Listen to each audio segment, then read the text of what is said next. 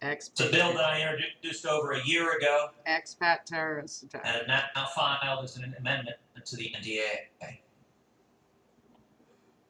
As we all know, radical Islamic terrorists have been waging war against the United States since, and indeed well before 9/11.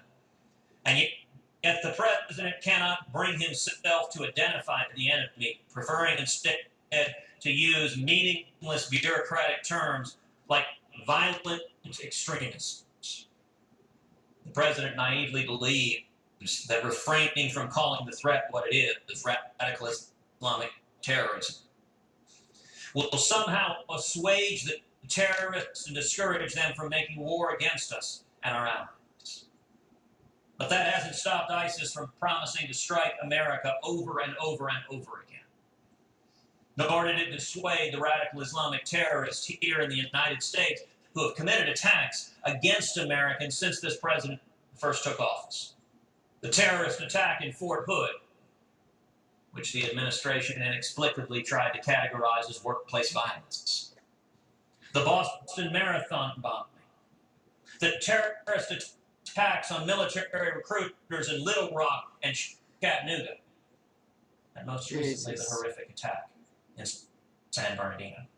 The question for us in Congress is whether we have given the government every possible tool consistent with the Constitution to defeat this threat. I do not believe we have, which is why I've introduced the Expatriate Terrorist Act.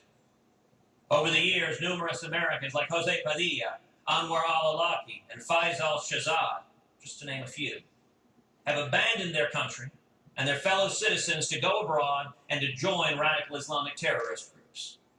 Intelligence officials estimate more than 250 Americans have tried or succeeded in traveling to Syria and Iraq to join ISIS or other terrorist groups in the region.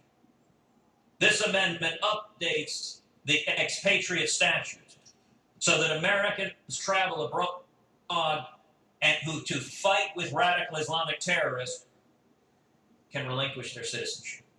This allows us to preempt any attack, preempt any attempt to re-enter the country and launch attacks on Americans who otherwise hide behind the privilege of citizenship. In this more and more dangerous world, it would be the height of foolishness for the administration to allow known terrorists, radical Islamic terrorists, those affiliated with ISIS, Retain your sins in heaven before God's holy court, you Islamists who have come near me for the last month and a half. Back to the United States of America using a passport. And loose his righteous death penalty upon you. You murderers are first-degree felons, mortal sinners, receive your death penalty according to the Torah.